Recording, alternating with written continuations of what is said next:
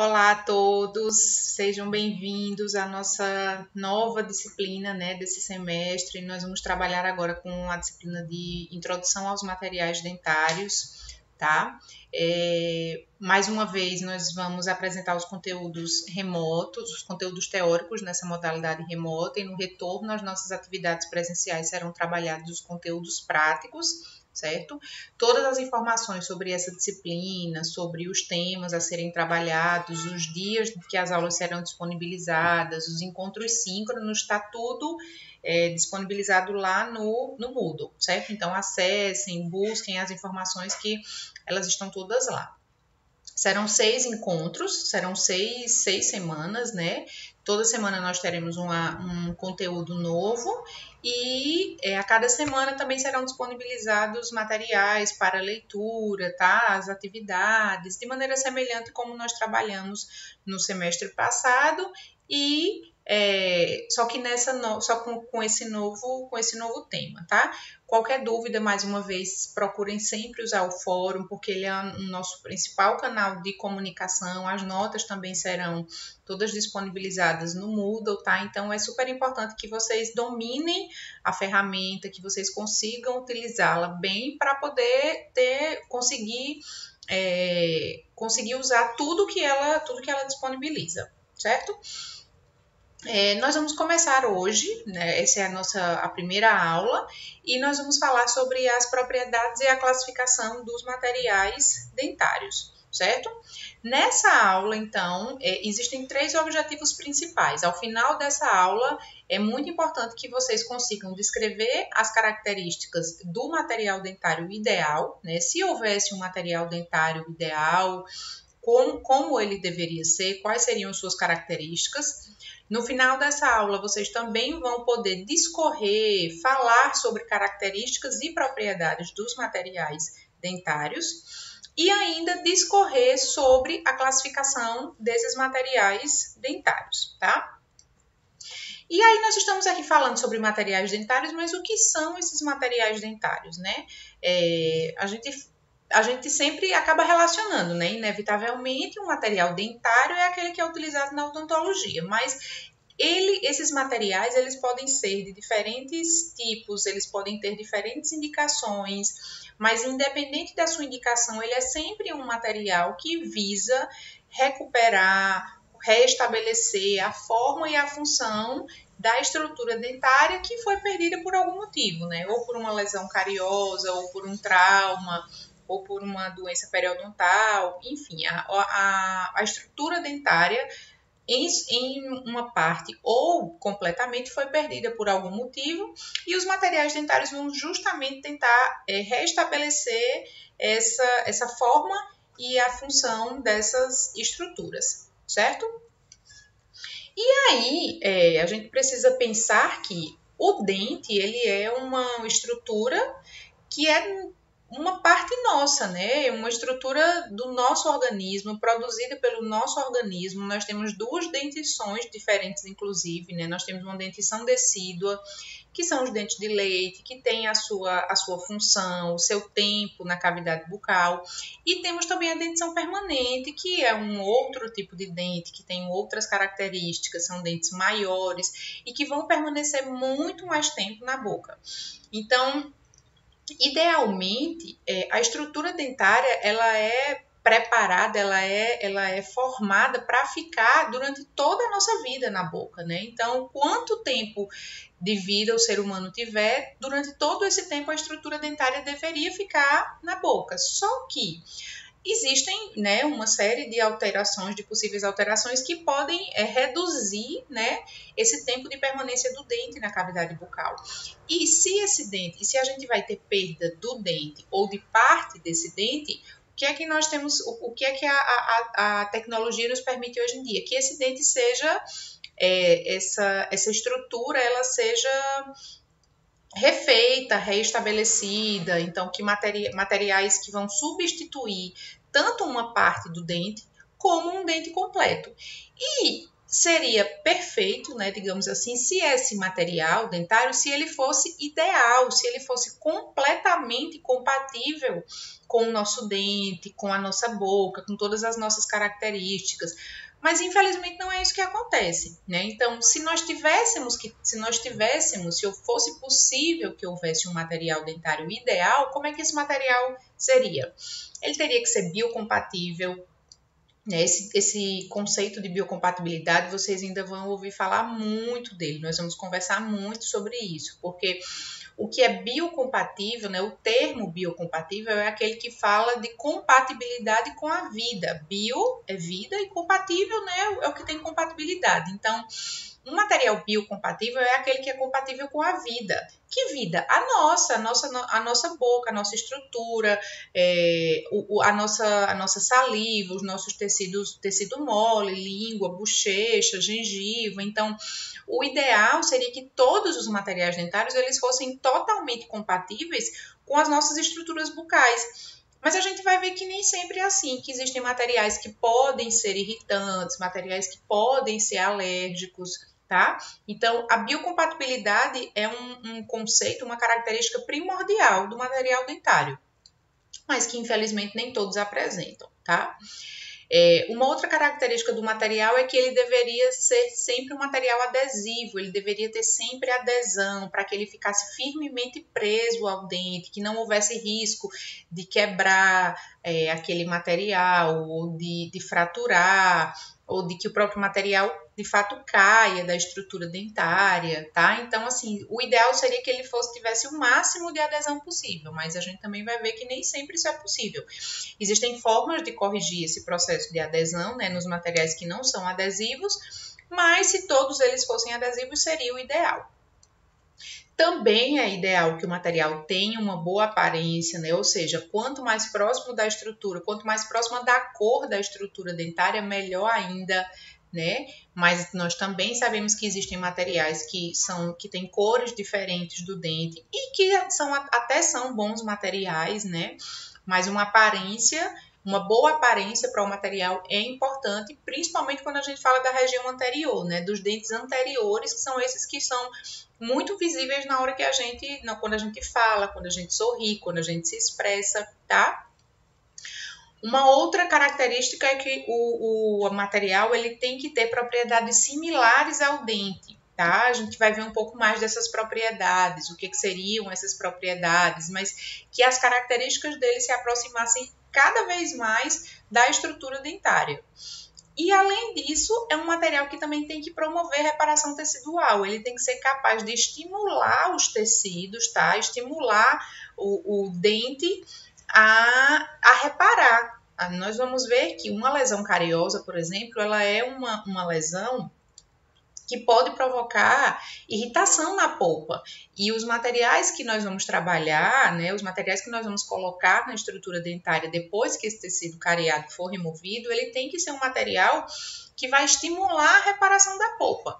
Tá? E, mais uma vez, existem os materiais que estimulam a reparação da polpa, que são bons, né, que favorecem essa recuperação, mas existem materiais que podem piorar a situação. Então, a gente tem que saber o que usar, o momento de usar, a quantidade, tá? Então, é importante conhecer todas essas características, certo? E aí vamos falar, dentro dessa perspectiva de material dentário ideal, né, que não existe, infelizmente, o material dentário ideal, perfeito, ele não existe, porque todo material vai ter algum probleminha, ou ele não vai ser tão biocompatível, ou a cor dele não vai ser tão boa, ou a adesão dele não vai ser tão boa, tá? Então, alguma coisinha, algum detalhe ele sempre vai ter. Mas, independente disso, todos eles têm propriedades, têm características próprias. E nós vamos estudar essas características para a gente entender os materiais que a gente vai trabalhar ao longo da disciplina, tá? Porque nós vamos trabalhar com diferentes materiais que têm diferentes indicações. E cada um desses materiais tem propriedades físicas, químicas, mecânicas e propriedades de utilização diferenciadas. Então, quanto mais a gente conhecer essas propriedades, mais fácil vai ser o entendimento dos materiais ao longo da disciplina, certo? Nós vamos começar falando especificamente das propriedades físicas, tá? Quando a gente fala de propriedade física aqui, nós estamos falando principalmente sobre expansão e contração térmicas do material dentário, condutividade térmica, a cor, viscosidade e escoamento do material. Tá? Lembrem-se sempre, as propriedades que nós estamos falando agora, nós não estamos falando de estrutura dentária ou de dente, de nenhuma estrutura da boca. Tudo isso aqui vai se referir aos materiais que nós vamos trabalhar, que nós vamos conhecer ao longo da disciplina. E aí a gente vai falar de propriedades de uma maneira geral, tá? De uma maneira que se aplica a todos os materiais, certo? Então, com relação à expansão e à contração térmicas, o que é que a gente tem? A expansão e a contração térmicas é uma característica que eu acredito que a maioria de vocês e todos nós, em algum momento durante o ensino médio, a gente já ouviu falar sobre isso. Essa experiência, inclusive, da esfera de metal que ultrapassa esse arozinho aí, como está mostrado nessa figura, é uma experiência que todo mundo já deve ter visto em algum momento do ensino básico, do ensino médio, tá? Do ensino fundamental, porque é um experimento que mostra a capacidade de expansão e de contração de um corpo no momento em que ele recebe calor, tá? Então, nós temos uma esfera na figura A, nós temos uma esfera que está pendurada, né, nessa hastezinha e tem esse arozinho aqui, né? De uma maneira geral, se ela não tiver recebido nenhuma fonte de calor, ela vai passar normalmente aqui por esse aro, vai subir e vai descer tranquilamente. Mas se a gente fornece uma fonte de calor para essa esfera, ela vai expandir, tá? Então, o calor faz com que as moléculas da esfera, os átomos da esfera se expandam e ela vai aumentar o seu volume, digamos assim, certo? Como ela sofre essa expansão térmica, ela não vai, essa bolinha de metal, ela não vai mais conseguir passar pelo arozinho, ela fica presa, porque ela sofreu um processo de expansão. Depois que ela passar, depois que o calor for perdido e que ela voltar para a sua temperatura normal, aí ela vai passar novamente pelo aro. Então, ela passou por um processo de expansão no momento do calor e depois ela sofreu um processo de contração e vai passar pelo aro normalmente. Tá? Então, a expansão e a contração térmica é a capacidade de mudança de volume, de tamanho de um corpo em virtude da variação de temperatura, certo? E por que é importante a gente saber disso? Eu vou tentar sempre fazer um link com alguma coisa lá na frente, com alguma coisa de material lá na frente, já para vocês começarem a ter para vocês irem entendendo os conceitos. Por que eu tenho que saber disso, Lana, de expansão e contração térmicas? Porque vocês vão ver lá na frente que em situações de restaurações metálicas, por exemplo, o metal, o amálgama, tá? A restauração de amálgama, que a gente conhece, que é aquela restauração de prata, ela é uma restauração que o conteúdo dela é metal, tá? Nós vamos estudar. Então, aqui eu tenho um metal e esse metal, ele fica submetido a essas variações de temperatura, porque uma hora a gente toma um café muito quente, outra hora a gente toma um sorvete, outra hora a gente toma um refrigerante bem gelado, outra hora a gente come alguma coisa bem quente, tá? Então, tudo que está na nossa boca, os nossos dentes, os nossos tecidos, eles ficam expostos a essa variação de temperatura. E os materiais dentários que, porventura, estejam no dente, eles também vão passar por também vão sofrer essas alterações de temperatura, certo? E aí o que acontece? À medida que essa restauração ela fica expandindo ou contraindo, isso pode favorecer o aparecimento do que a gente chama de microinfiltração das restaurações. O que é microinfiltração? É porque nesse processo de expansão e contração térmica, as bordinhas aqui da restauração, olha, esse limite aqui, ele pode acabar havendo a formação de um espaço aí muito pequeno, milimétrico, que vai favorecer o acúmulo de resíduo de alimento e que pode favorecer, dependendo da higiene do paciente, que uma nova lesão de cárie se instale, tá? Então, essa microinfiltração é a abertura desse espaço aqui muito pequenininho, que diante da alimentação e da falta de higienização, à medida que vai se acumulando aqui resíduo de alimento, pode haver essa microinfiltração e a formação de uma lesão secundária de cárie. Tá? Então, é importante conhecer, saber que esse processo de expansão e contração térmicas, eles existem, eles acontecem, e a gente tem que ter cuidado, certo? Para evitar que essa microinfiltração aconteça. Eu trouxe uma tabelinha aqui para mostrar para vocês, só para vocês terem ideia, em relação, pensando, vendo valores, tá?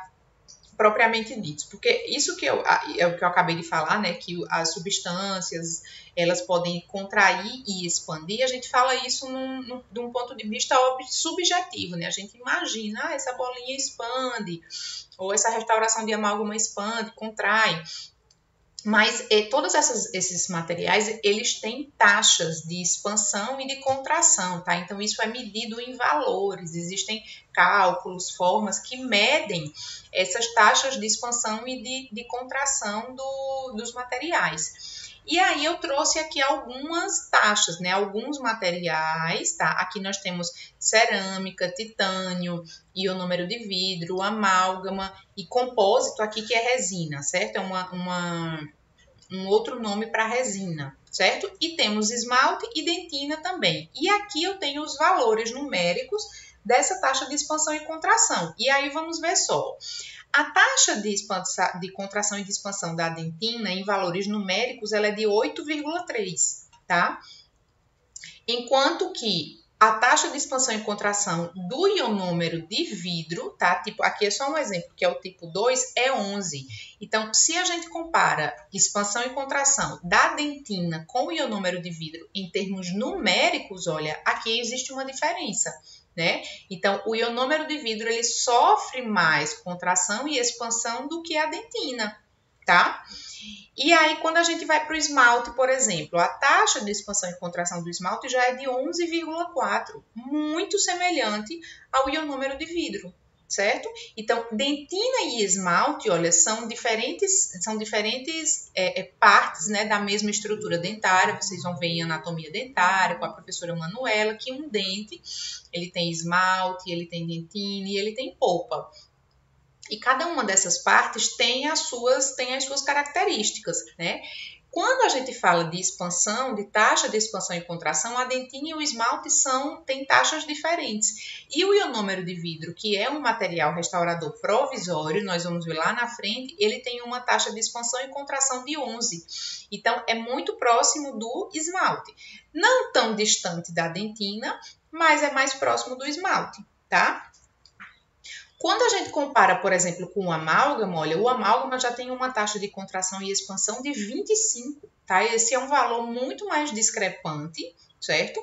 Tanto do esmalte como da dentina. Quando a gente compara dentina com o amálgama, a taxa de expansão e contração do amálgama é de 25, enquanto que a da dentina só é 8. Então, o amálgama, a restauração de amálgama, ela tem que ser muito bem feita, ela tem que ser muito bem executada, para que não exista o problema de microinfiltração, porque observando aqui, por essa questão de expansão e contração, o amálgama ele tem uma expansão e contração maior do que o que, teoricamente, a dentina pode suportar, certo? Já que a taxa da dentina é de 8 e a do amálgama é de 25.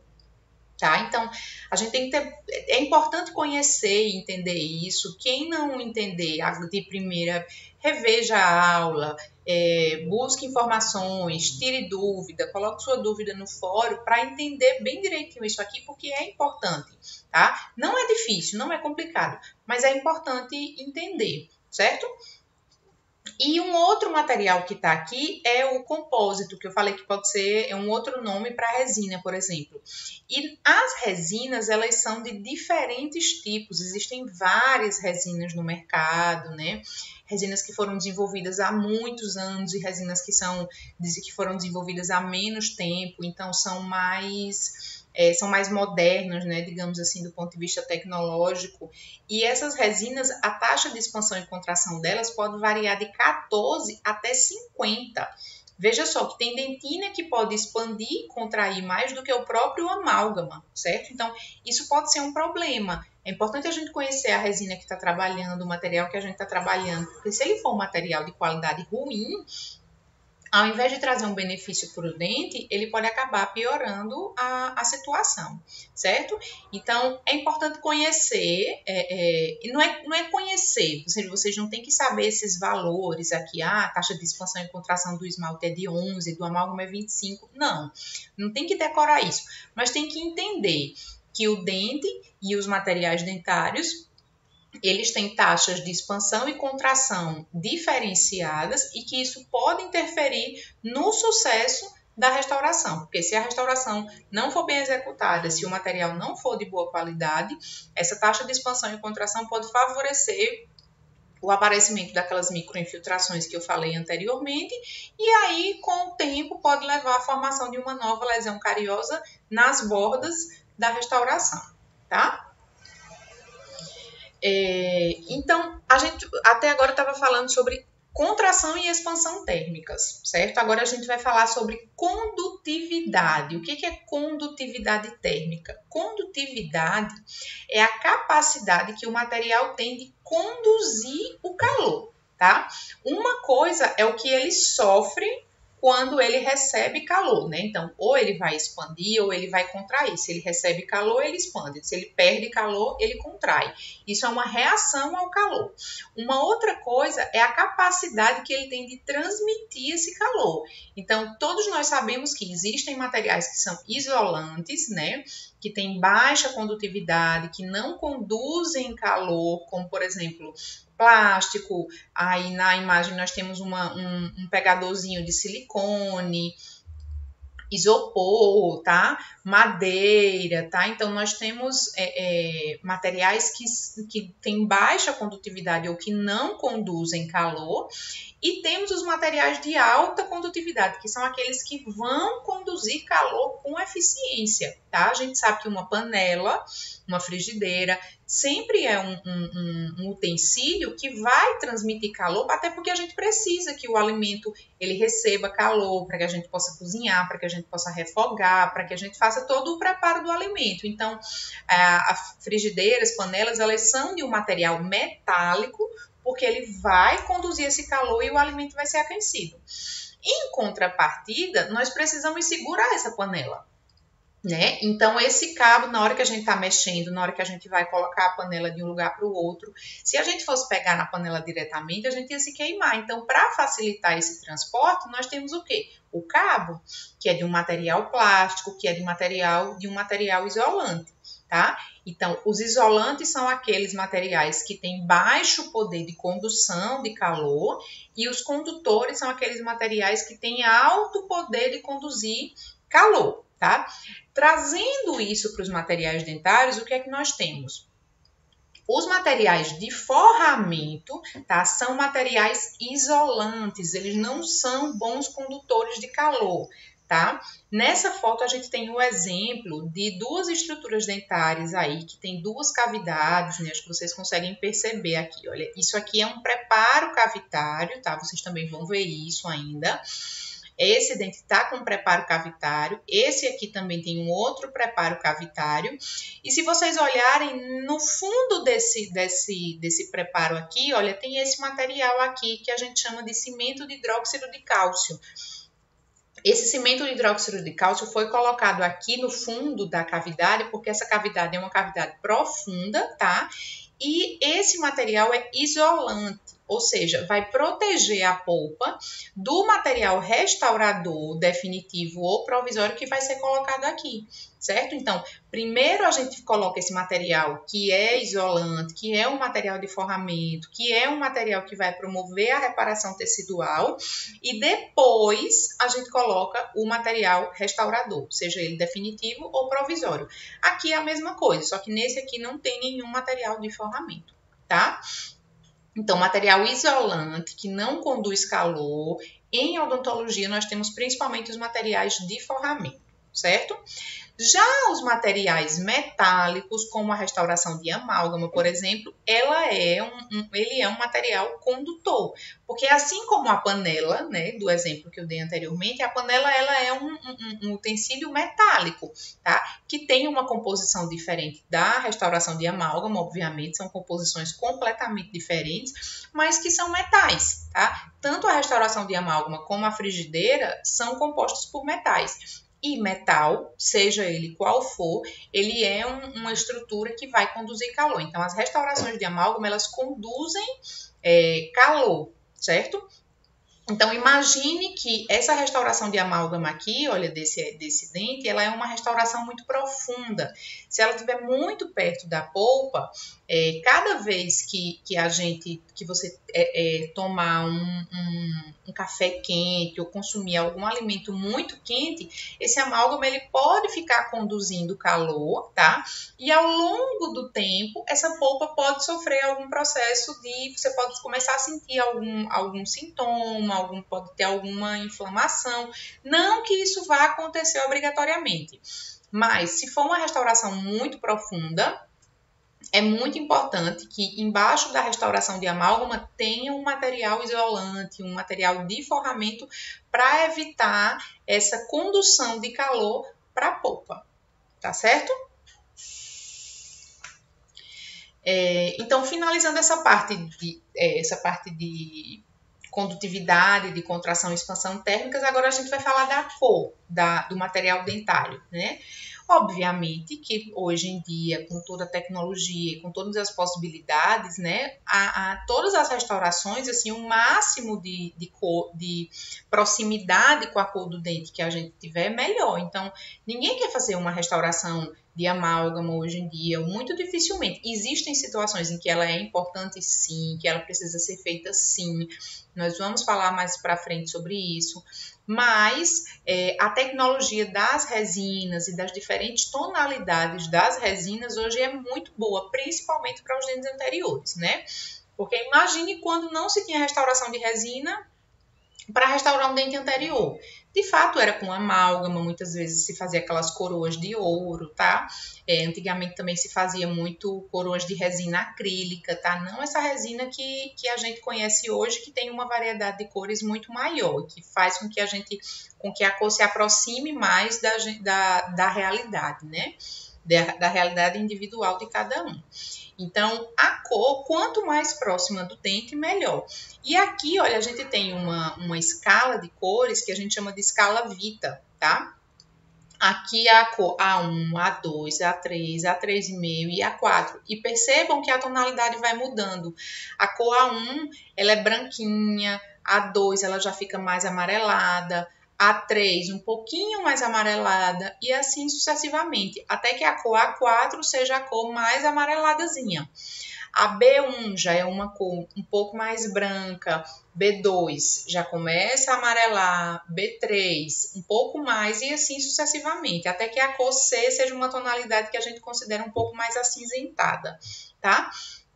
Então, quando a gente vai fazer uma restauração, a gente compara o dente do paciente com essa escala, com esses dentinhos aqui, com essa escala de cor, para saber qual é a cor que se aproxima mais daquela estrutura dentária, para que a gente use a resina nessa cor aqui. Essa escala aqui significa as cores das resinas. Então, quando o dentista fala aqui que é uma resina A1, A2, B1, B3, ele está falando desses códigos aqui, que são os códigos das cores das resinas, tá? E aí, além dessas cores, ainda existe duas outras características muito importantes quando a gente fala de cor, que são a opacidade e a translucidez do material. A opacidade, é um termo que se refere ao que é opaco, tá? Uma coisa que é opaca, a gente sabe que que é uma coisa que não transmite luz. E um material, uma coisa que é translúcida, né, que a gente fala que tem translucidez, significa que ele vai permitir a passagem de luz. E aí, o que é que nós temos? A dentina, tá? É a parte do nosso dente que é opaca, certo? É aquela cor fechada, é aquela cor fosca, opaca, como eu acabei de falar.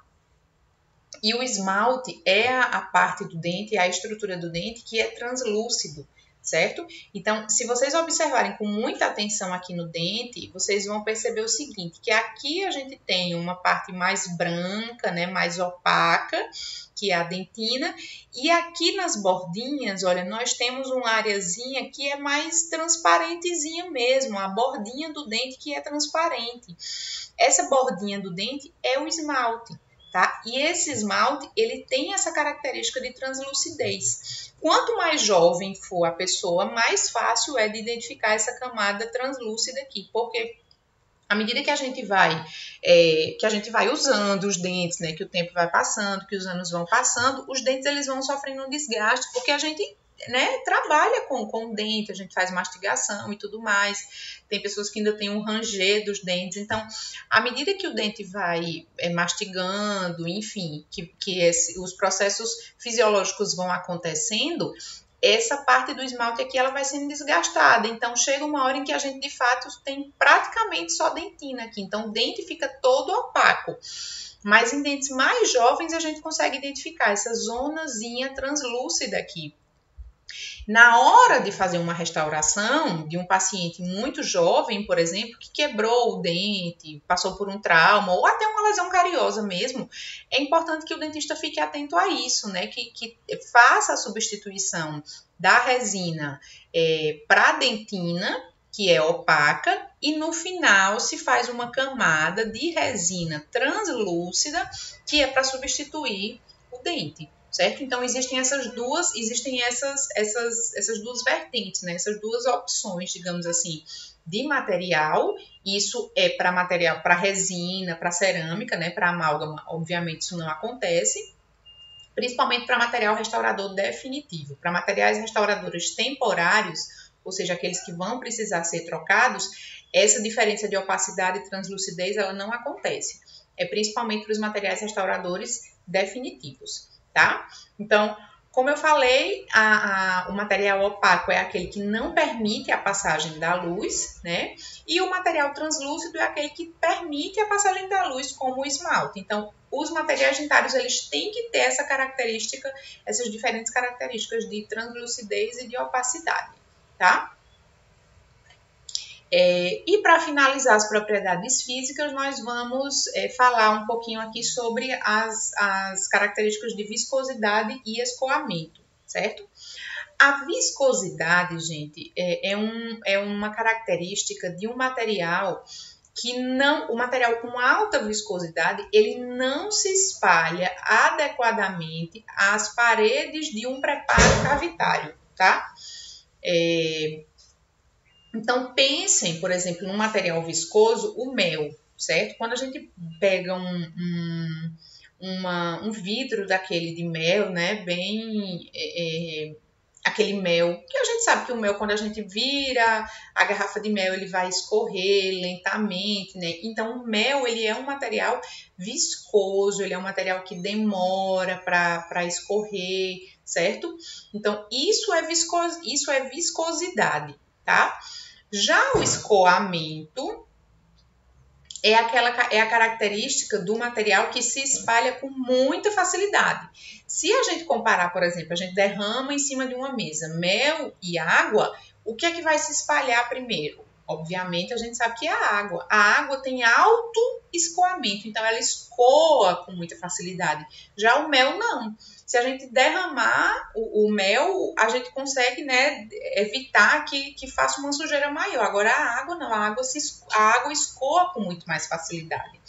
E aí, voltando isso para os materiais dentários, a gente tem que ter um equilíbrio nessas características de viscosidade e escoamento, tá? É importante que o material nem seja viscoso demais, tá? E que ele também nem escoe demais, porque se ele for muito viscoso, ele não vai se adaptar às paredes de uma estrutura dentária, de uma cavidade, né? E se ele escoar demais, ele não vai ficar preso ali nas paredes, então ele dentro daquela cavidade, né? Daquele preparo cavitário. Então nem pode escoar demais e nem pode ser viscoso demais. certo? Nesse caso aqui eu trouxe um exemplo, isso aqui é uma restauração que está sendo preparada com ionômero de vidro, tá? Então aqui eu tenho uma cavidade, um preparo cavitário, né, uma cavidadezinha, e acho que aqui dá para perceber pelo brilho do ionômero, né, que ele está sendo inserido aqui nessa cavidade. Então esse ionômero, como material dentário, inclusive ele é um material viscoso, tá? Ele é um material em que a gente tem, dependendo da marca dele, dependendo da manipulação, quando a manipulação não é feita da forma adequada, ou quando a gente demora muito a usar o ionômero, ele já não vai escoar com tanta facilidade, entendeu? E aí a gente vai ter dificuldade de preencher a cavidade. Ao mesmo tempo em que, se a proporção, por exemplo, de pó e líquido, se na hora que a gente vai fazer o preparo do ionômero de vidro, a gente não segue a proporção correta, ele vai ficar muito fluido, digamos assim, ele vai escoar com muita facilidade e dependendo se for uma cavidadezinha que vá para esse lado aqui, para essa parede, ele não vai ficar preso dentro da cavidade, porque ele vai ficar escoando se ele ficar muito fluido, entendeu? Então, é importante esse equilíbrio em que o material tem que ter entre viscosidade e escoamento. Nem muito viscoso e também nem pode ser muito fluido, ele nem pode escoar demais, tá? Eu vou encerrar esse vídeo aqui e vamos retornar no próximo com as propriedades químicas.